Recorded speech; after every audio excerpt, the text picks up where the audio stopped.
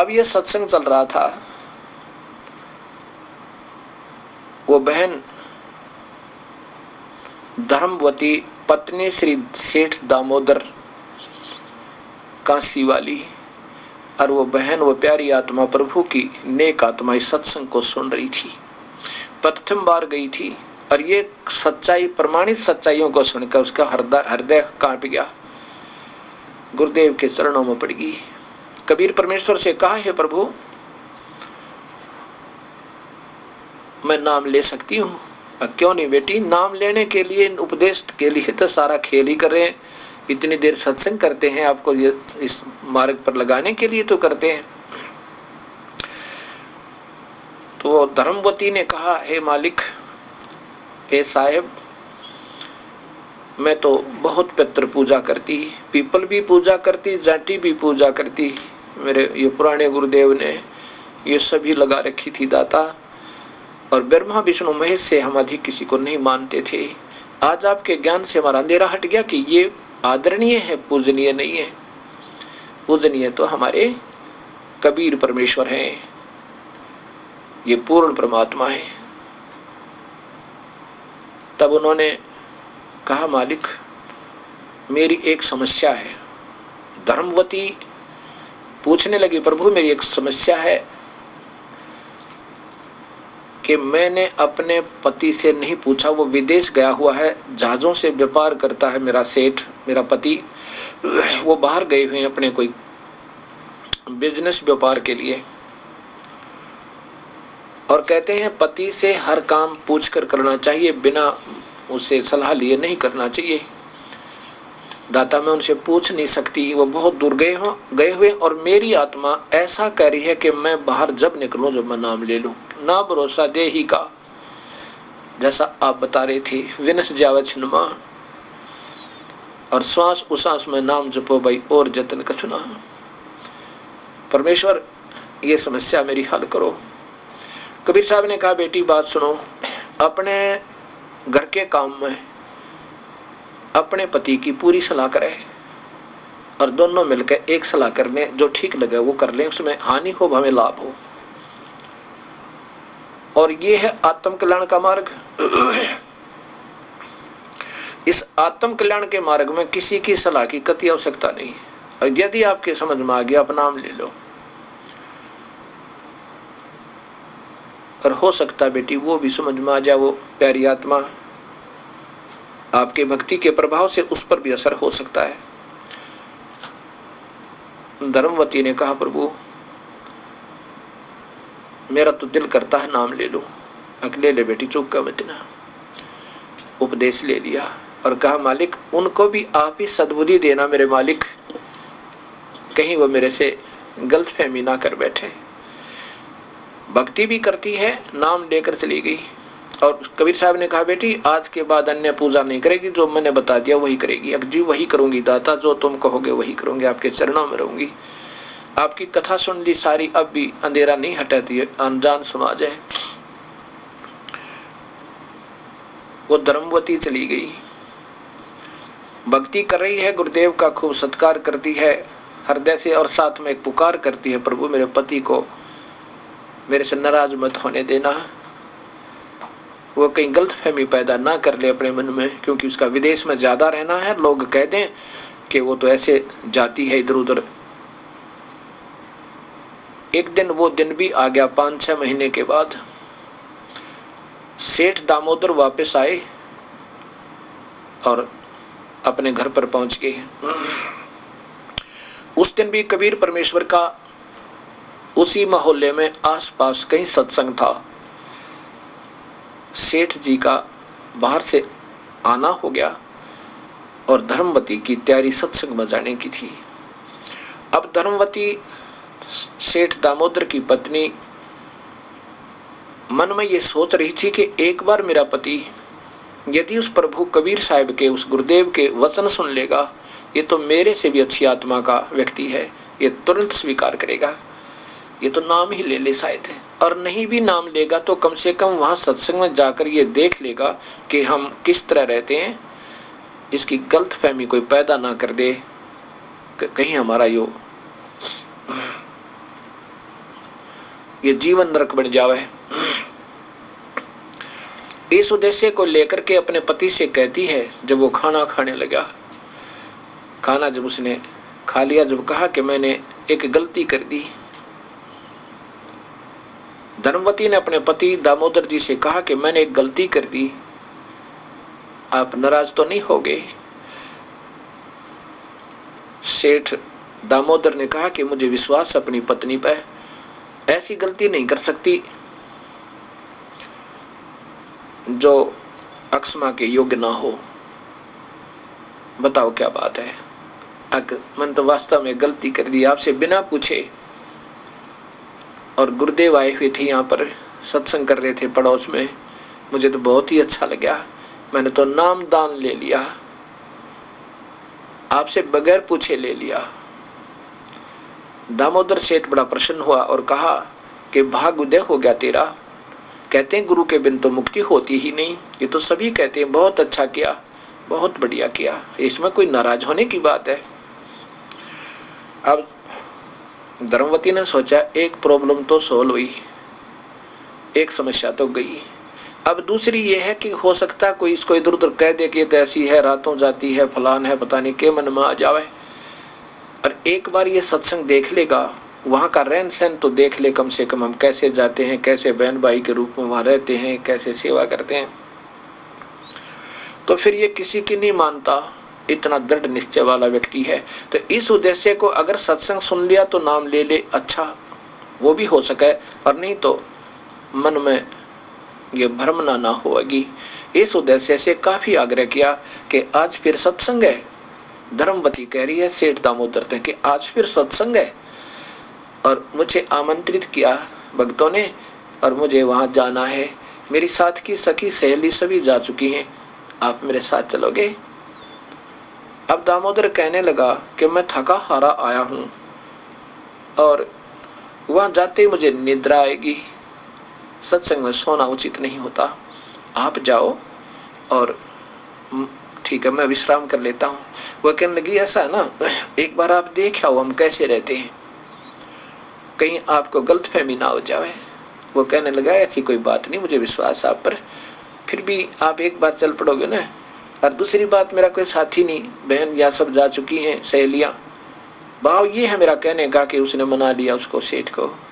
यह भी भाग्योदय होता है जीव का कि सत्संग में चाहे कोई जानबूझ कर आ जाए और चाहे अनजान पड़े में, उस पर असर अवश्य होगा पुण्यात्मा पे। अब अग्नि पर हाथ से जान कर रख दो और चाहे अनजाने में रखा जाए, उसका स्वभाव वो अवश्य प्रयोग करेगी, उसका प्रभाव अवश्य होगा। दामोदर जी पहुंच गए। अब सत्संग फिर शुरू हुआ।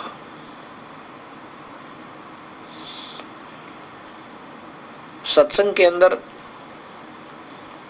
वही कथाएं सुनाई गई, परमात्मा ने बताई कबीर परमेश्वर ने कि वास्तव परमेश्वर कबीर साहब है, वो कबीर देव है, वो परमात्मा सतलोक में रहता है। और भगत जन कहा करते ये स्वयं आए हुए हैं, नादानो तुम समझो कुछ, अपनी महिमा आप ही गा रहे हैं। ऐसा ही गीत वेदों में लिखा कि वो परमेश्वर स्वयं आता है और अपने सर्जन किए हुए को वो स्वयं ही ठीक ठीक बता सकता है और कोई नहीं बता सकता। वो अपने सत्ज्ञान का संदेश वाहक बनकर वो कबीर परमेश्वर स्वयं आता है, वेदों में लिखा है।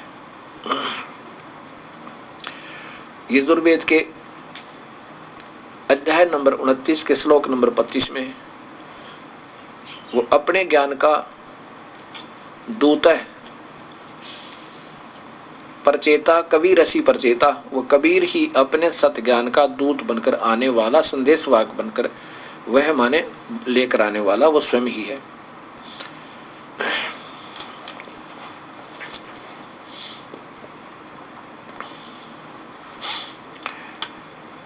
अब सत्संग के अंदर पूरी सृष्टि रचना सुनाई।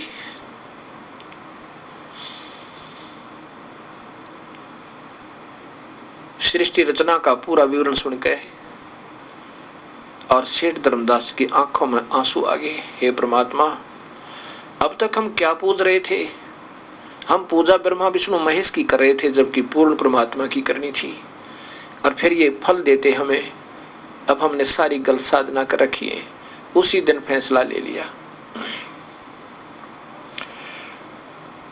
अब सत्संग को सुनकर कहाँ नींद आवे थी।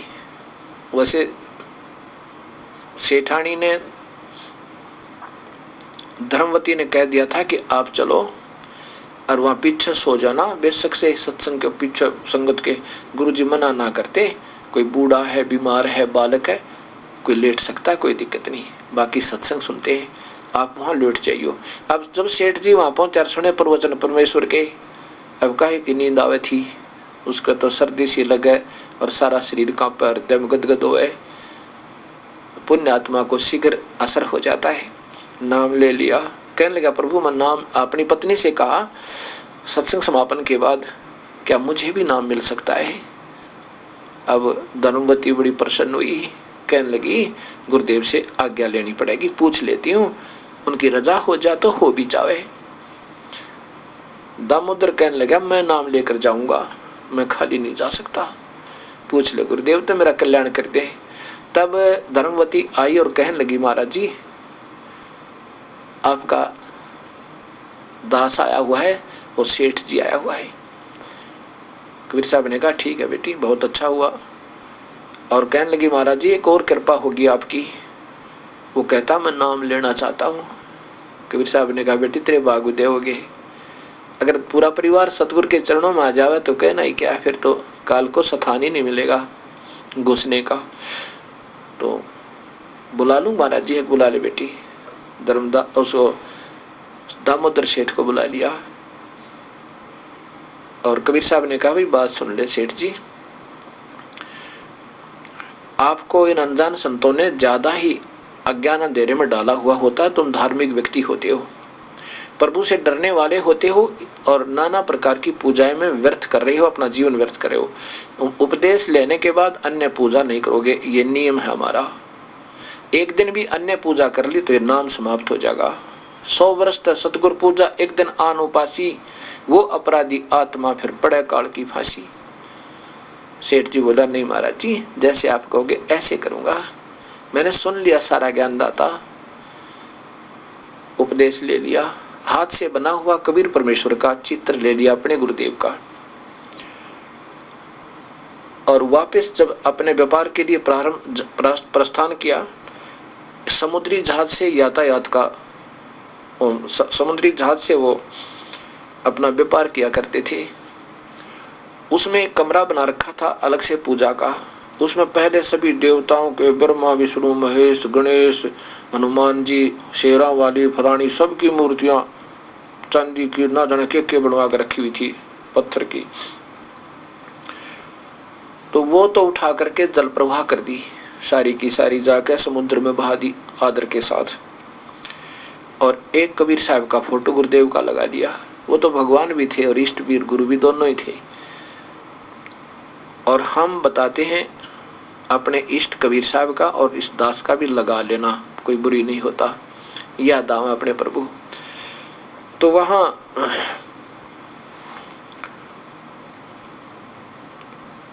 अपनी पूजा जो गुरुदेव ने बताई थी वैसे प्रारंभ कर दी।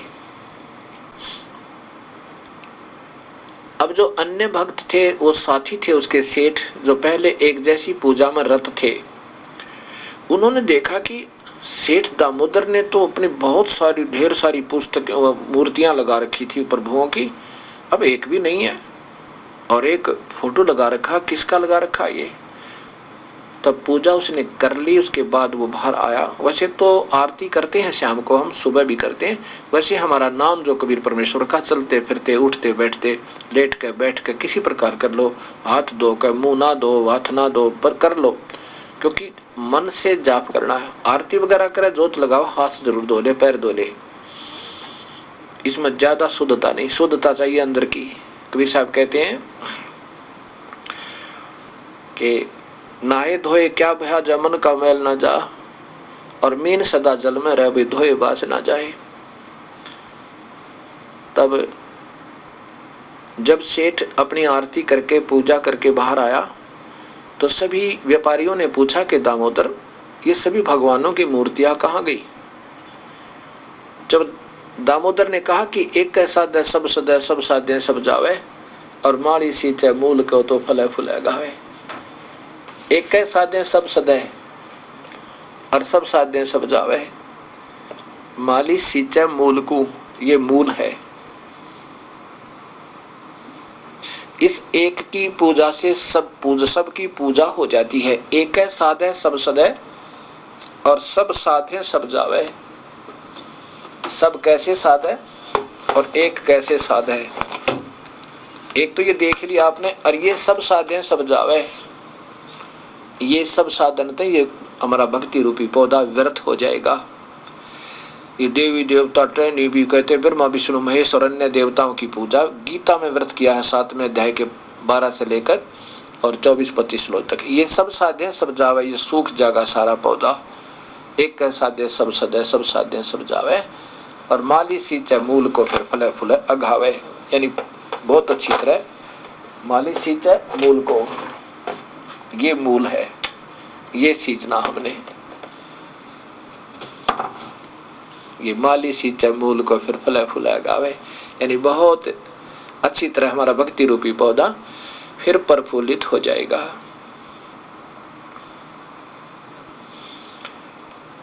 इस बात को सुनकर सभी जहाज के व्यापारी लोग कहने लगे, दामोदर आपकी तो बुद्धि खराब होगी, आपने तो काम बिगाड़ दिया। ऐसे महापुरुष भगवान ब्रह्मा विष्णु महेश छोड़ दिए और हनुमान जी की पूजा भी नहीं कर रहा तू, गणेश जी की पूजा भी नहीं कर रहा तू, श्री राम की पूजा भी नहीं कर रहा तू। अब दामोदर कहने लगा, भले आदमियों, अब पूजा तो कर रहा हूं, अब तुम्हारी दृष्टि में नहीं आ सकती वो पूजा। मैं पूजा इन्हीं की कर रहा हूं, मैं मूल सींच रहा हूं, टहनियों को फल लगेंगे। बता पूजा क्यों नहीं कर रहा? नादानो, तुम कैसे कह रहे हो? अब वो पुराने रंग में रंगे हुए कहने लगे, भाई तेरा तो विनाश होगा, तू तो थोड़े दिन का मेहमान है, कहता है श्राद्ध भी नहीं निकालने। अरे तेरे की कमाल कर दिया तूने तो। तू कहता अब मैंने कुछ नहीं पूजना, श्याम जी भी नहीं पूजना, देखना तेरा विनाश होएगा। अब सेठ दामोदर कहने लगा, वही देखो ठीक है, पहले मैं आप जैसा ही तो था और आपके साथ सब बातों से सहमत था, अब मैं सियाना हो गया और तुम अनजान हो। अब पौधे क्या जब सिंचाई जड़ को करेंगे, पौधा हो ही नहीं सकता खराब। पौधा तो हमने खराब कर रखा था उल्टी पूजा करके, शास्त्र विरुद्ध साधना थे। अब कहने लगे क्या है ये, किसकी मूर्ति रखी कि ये मेरे गुरुदेव भगवान की। कौन है तेरा गुरुदेव? के कबीर। ये उन्होंने भी सुन रखा था कि वो कबीर जुलाहा जो है, अन्य सेठों ने भी सुन रखा था कि कबीर जुलाहा वो नाम देता है, वो धानक। तो बस अन्य सेठ कहने लगे, दामोदर फूटे भाग तेरे, उस जुलाहे से नाम ले लिया तूने। अरे तेरे की ऐसे ऐसे महापुरुष छोड़ दिए तूने, हनुमान जी को छोड़ा, देखो द्रोणागिरी को उठा लाया, श्री कृष्ण जी को त्याग दिया जिसने गोवर्धन को उठा लिया। अब कबीर साहब की वाणी दामोदर सुनाता है,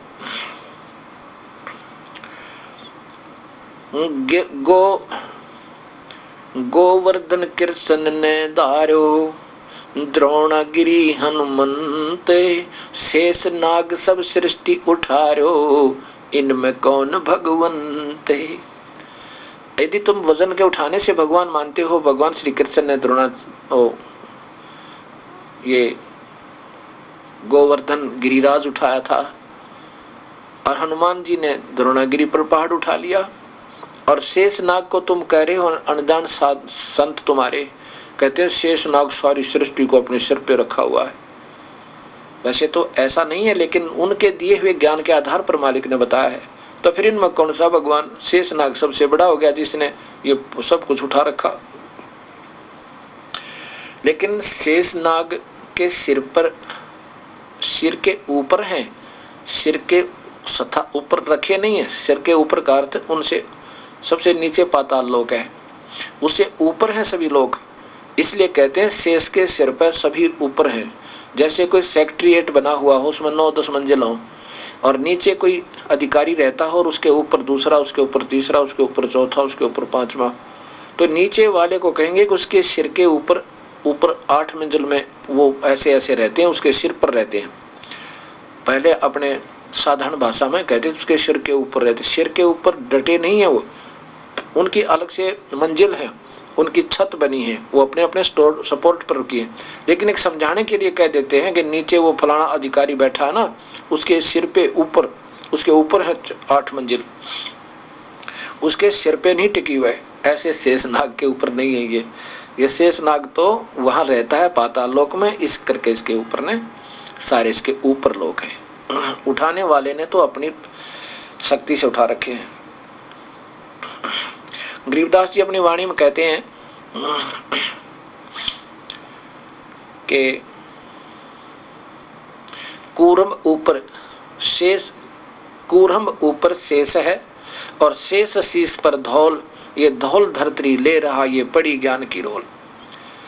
अनजान लोग कहते हैं कि नीचे कछुआ है कूर्म, और कूर्म के ऊपर शेषनाग है। शेषनाग के सिर पर एक बैल खड़ा, पहले बकाया करते हमने, उस बैल के कहते हैं 1.5 सींग है, एक छोटा एक बड़ा। भूकंप आता है ना, जब एक सींग से दूसरे सींग पर पृथ्वी पर रखता है ना, तब ये ऐसे हिलती है सारी, ऐसे बकाया करते। तो गरीबदास जी कहते हैं मान लीजिए तुम्हारी बात ऐसे ही है, तो कूर्म ऊपर शेष है, शेष शीश पर धौल, ये धौल धरती ले रहा ये पड़ी ज्ञान की रोल। मान लीजिए वो कूर्म किसके ऊपर है, फिर नीचे जो कछुआ है वो किसके ऊपर है, वो कूर्म किसके आश्रय, और ये कौन शरण है शेष। ये तो बटक बीज विस्तार है, कोई समझेगा नरेश। जैसे ये उल्टा लटका हुआ वृक्ष है अर्जुन 15वें अध्याय पवित्र गीता जी के में, और कहा कि ऐसा ही नहीं है जैसा लगे, इसका आदि और अंत नहीं है। इसको तो कोई सत्य ज्ञान बताने वाला ही, उस सत्य सूक्ष्म वेद वाले ज्ञान तक ही इसको जाना जा सकता है, पूर्ण रूप से वही बता सकता है। और वही पूर्ण ज्ञानी है जो इसके इस सृष्टि रूपी वृक्ष को ढंग से जानता है, वो वेदवित है, वो वेदवित है। बताओ, तो तब कहा कि फिर वो कूर्म किस पे भाई, ये तो कोई ज्ञान नरेश माने पूर्ण ज्ञानी तत्वदर्शी संत ही समझा सकता है, वही समझ सकता है।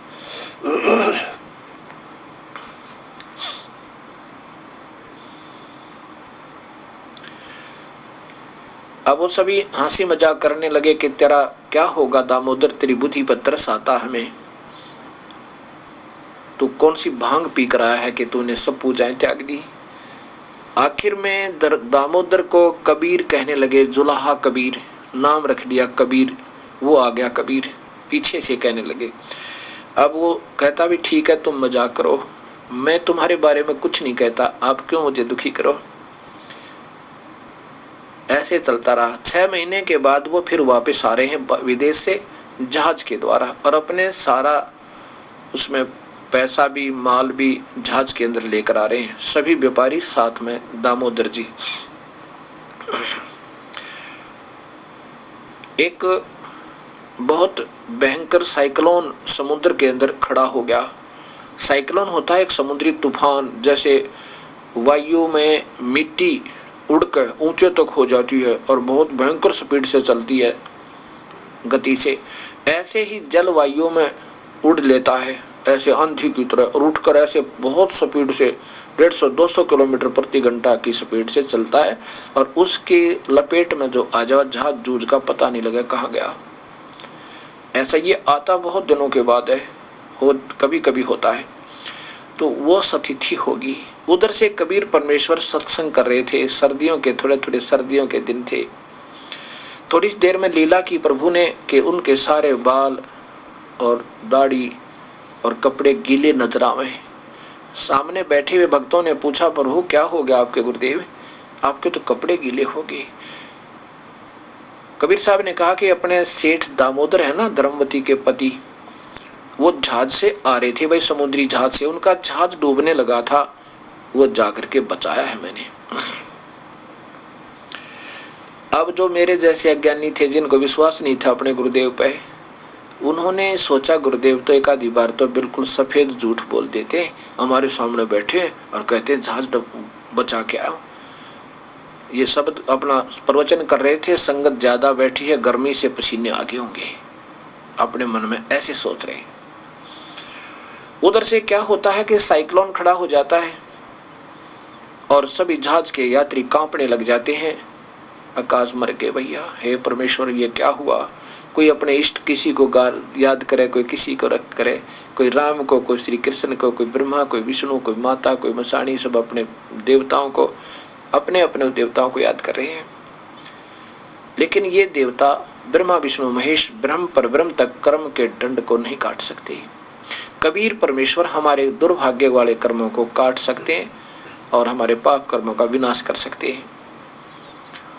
अब सभी ने जब प्रार्थना की, कोई असर नहीं हुआ और ऐसा लगा कि ये तो घंटे 2 घंटे में हमारा कति काम बिगड़ जाएगा। देखा वो दामोदर सेठ आराम से बैठा है, अपने प्रभु के चिंतन में उसका सिमरण कर रहा है, कबीर परमेश्वर के दिए हुए मंत्र का।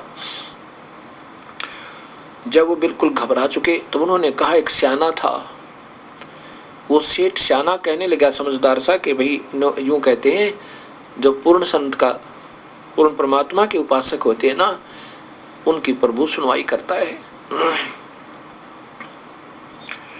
दामोदर से प्रार्थना करो भाई। सभी मिलकर दामोदर से कहा, दामोदर आप अपने भगवान को याद करो, आज बात बिगड़ गई है। दामोदर सेठ ने कहा कि मेरा तो भगवान एक जुलाहा है, मेरे तो गुरुदेव एक जुलाहा हैं, छोटी जाति के गरीब हैं, वो क्या कर सकते हैं जब आपके हनुमान जी नहीं कर पा रहे, अपने कृष्ण भगवान श्री राम नहीं कर पा रहे। गरीबदास जी कहते हैं, मासा घटे ना तिल बधे विधना लिखे जो लेख, और सच्चा सतगुरु मेट के ऊपर मार दे वेख। पूर्ण संत से संपर्क में आने के बाद वही कबीर परमेश्वर ही अपनी शक्ति से उसके सारे कार्य उनके शिष्यों के किया करता है। वो ऊपर मार, मासा घटे ना तिल बधे, जो विधाता ने लेख लिख रखे थे उनका विनाश वही होना था यदि शरण में ना होता दामोदर, तो ऐसा लिखा था। और पूरा सतगुरु पूर्ण संत उनको खत्म करके और परमानेंट मेख मार दे, अर्थात उन पर कति उनको खत्म कर दे और अपनी तरफ से लिख दे उनके सौभाग्य को। ये वो कबीर परमेश्वर है। अब सभी कहने लगे, दामोदर अब ये बात कहने की नहीं, अब ना कहे ये बातें, हमारा हृदय दुख है, हमसे गलती होगी, हमने आपको बहुत बुरा भला कहा, माफ कर दे हमें। दामोदर ने कहा कि तुम बैठ जाओ। वो बैठ गया। वो कहने लगे, बैठा नहीं जाता, कैसे बैठ जाए, अब बैठ जाओ, बैठ जाओ, प्रभु पर विश्वास रखो, अपने कबीर परमेश्वर पे, उस पूर्ण ब्रह्म पे। दामोदर खड़ा हुआ और कहा, हे परवरदिगार, मैंने आपके गुण बहुत गा दिए इनके सामने, और मैंने बड़ी महिमा गाई आपकी कि मेरे भगवान ये कर देते हैं, मेरे दाता ये कर देते हैं, आप समर्थ हो, कोई शक नहीं, आपके गुणों से मैं परिचित हो चुका हूँ। प्रभु, हो सकता है इस मुझ जैसे तुच्छ जीव की इतने पिछले जन्मों की ये बहुत ज़्यादा खराब किस्मत हो, ऐसे बुरे कर्म मेरे हों दाता कि आपके चरणों में भी मेरी सुरक्षा ना होनी हो और मेरी मृत्यु ऐसे लिखी हो। हे मालिक, मुझ नीच के कारण मेरे भगवान की बेइज्जती होगी, दाता आज रक्षा कर दो, आज रक्षा कर लो, और बाद में चाहे मुझे कुत्त्याड़ी मौत मार देना, मैं तैयार हूँ मालिक, मेरे कारण आपकी आज बेइज्जती होगी। इतना कहकर बेहोश हो गए, हृदय तो पुकार गए और गिर गए। जो ही वो बेहोश हुआ, इतनी देर में वो समुद्री तूफान बहुत नजदीक आ गया था, वहीं का वहीं एकदम ऐसे नीचे हो गया जैसे समुद्र में हलचल भी नहीं है। बोलो कबीर परमेश्वर की जय। अब देखा सभी यात्रियों ने कि ये तो बिल्कुल विनाश होने वाला था और एकदम रुक गया, जैसे ब्रेक ला दिया करे।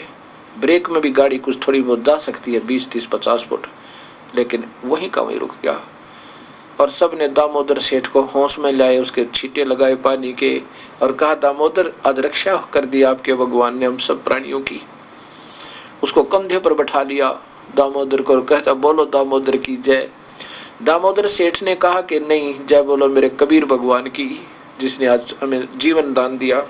सभी यात्रियों ने कहा कि हम चलकर आज नाम लेकर ही घर में जाएंगे, नहीं तो हम नहीं जाएंगे। अब जैसे हफ्ते 2-4 दिन में, हफ्ते में वो पहुंचे अपने काशी में। वहां पहुंचे तो उस दिन भी रात्रि का सत्संग था, कबीर परमेश्वर सत्संग कर रहे थे।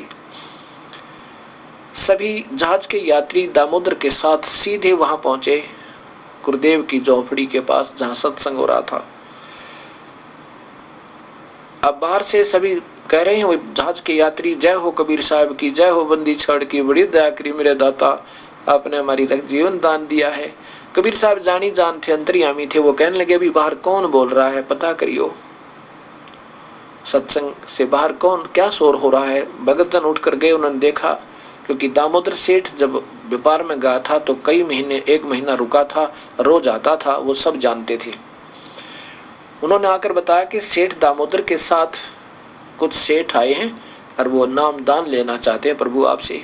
कबीर साहब ने कहा बुला लो।